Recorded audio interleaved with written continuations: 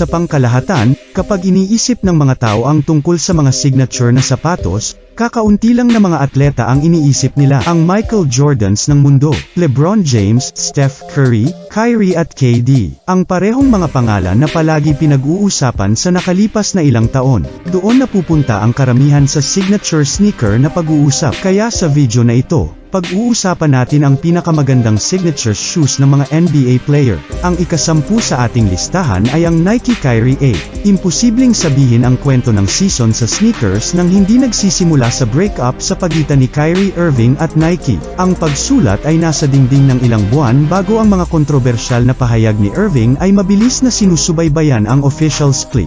Ang balita ay nakasakit sa maraming mga fans at manlalaro dahil sa kanilang pagkakaugnay sa linya ng Nike Kyrie. Ang mas masahol pa, ang drama ay naganap wala pang ilang linggo bago ang ika-9 na signature na sapatos ni Irving na ang Nike Kyrie 8 na nakatakdang ilunsad. Ang ika-9 ay ang sapatos ni James Harden na Adidas Harden Volume 7.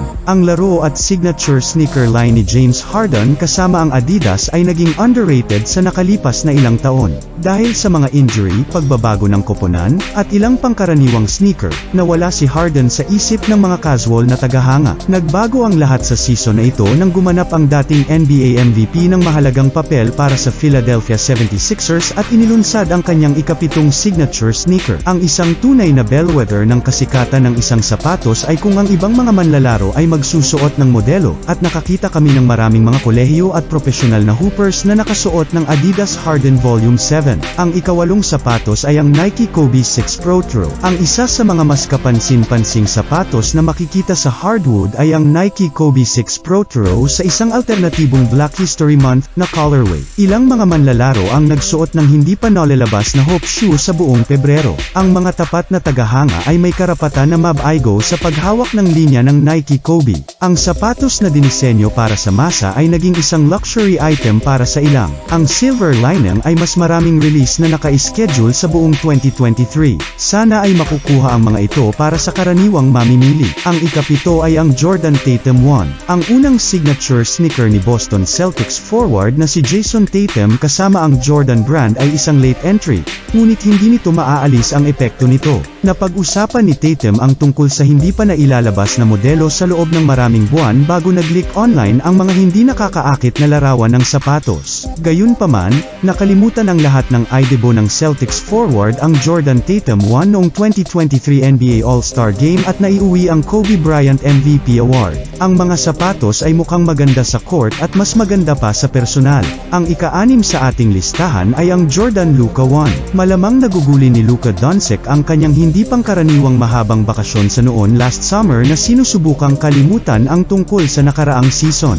Ang malaking sugal ng Dallas Mavericks sa trade para kay Kyrie Irving ay nauwi sa kapahamakan dahil ang koponan ay ganap na hindi nakapasok sa postseason. Ngunit hindi nito maaalis ang individual na pagganap ni Doncic o ang stellar run ng kanyang unang signature na sapatos. Ang Jordan Luka 1 ay isang hit sa mga kapantay ni Doncic sa NBA at Jordan brand sponsored na mga kolehiyo. Karamihan sa aming mga paboritong colorway ng Jordan Luka 1 ay dumating sa mga player exclusive na colorway na idinisenyo para sa mga koponan sa kolehiyo. Ang ika-5 ay ang sapatos ni Kevin Durant na Nike KD 15. Ang mga injury ay ang pinakamasama. Hindi nakuha ni Kevin Durant ang malaking bahagi ng season dahil sa maraming freak injuries. Gayunpaman, nang si Durant ay nasa court, palagi siyang gumagawa ng mga wave para sa iba't ibang colorway ng Nike KD 15 na nasa kanyang mga paa. Oo naman, ang Nike KD 15 ay inilunsad noong nakaraang tagsibol. Ngunit ang sapatos ay magiging kasing kahulugan ng panahon ng roller coaster kung saan lumipat si Durant mula sa Brooklyn Nets patungo sa Phoenix Suns. Malamang na makikita natin si Durant na idebo ang kanyang ika-60 na signature sneaker sa Western Conference Playoffs. Ang ika-4 ay ang Nike Ja 1. Hindi ka nagkakamali kung nakakakita ka ng uso sa pagitan ng drama sa loob at labas ng court na may mga sneaker. Lumipat ang Nike mula kay Kyrie Irving at ganap na niyakap ang point guard ng Memphis Grizzlies na si Ja Morant na tanging ang paglulunsad ay hindi natuloy ayon sa plano.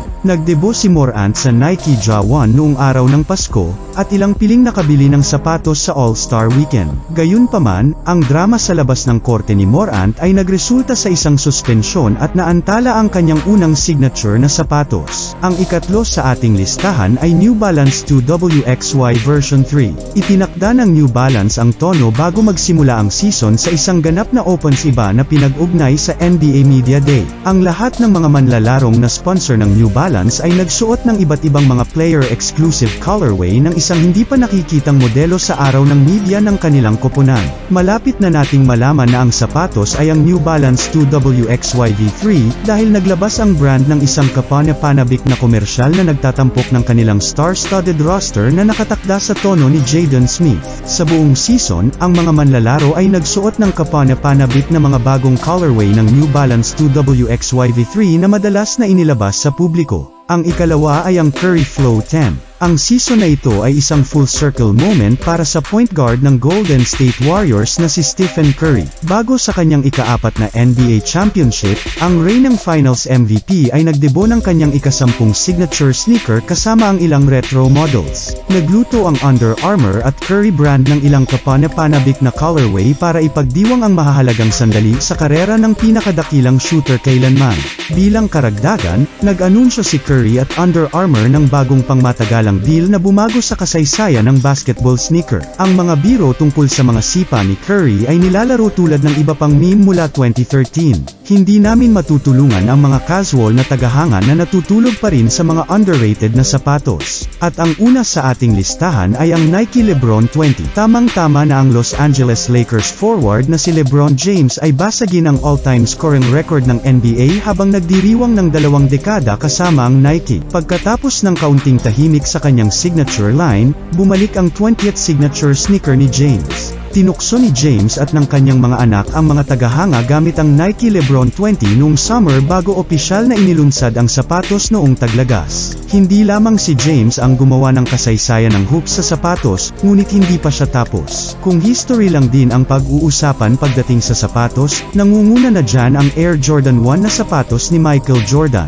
Ang 1985 na taon ay isang magandang taon, hindi lamang dahil si Michael Jordan ay Rookie of the Year at naglaro sa All-Star Game, ngunit dahil ang Air Jordan 1 ay inilabas. Si Peter Moore ang tao sa likod ng Air Jordan 1 at tumulong din sa disenyo ng Air Jordan 2. Noong unang tumingin si Michael Jordan sa AJ1, ang sagot niya ay "I'm not wearing that shoe. Magmumukha akong clown." Sa paglipas ng panahon, dahan-daang tumubo ang sapatos sa kanya. Ang orihinal na Air Jordan 1 ay may presyo noon na $65 o 3,500 pesos. Di nagtagal pagkatapos ng paglabas ng Air Jordan 1, ipinagbawal ni David Stern na komisyoner ng NBA noon, ang pinakasikat na sapatos ng dekada na isusuot ni MJ. Sa tuwing aakyat si Michael sa court kasama ang isang pares ay kailangan niyang magbayad ng ilang libong dolyar. Gustong-gusto ng Nike ang ideyang ito kaya hinikayat nila si MJ na isuot ang sapatos, at babayaran ng Nike ang mga bayarin.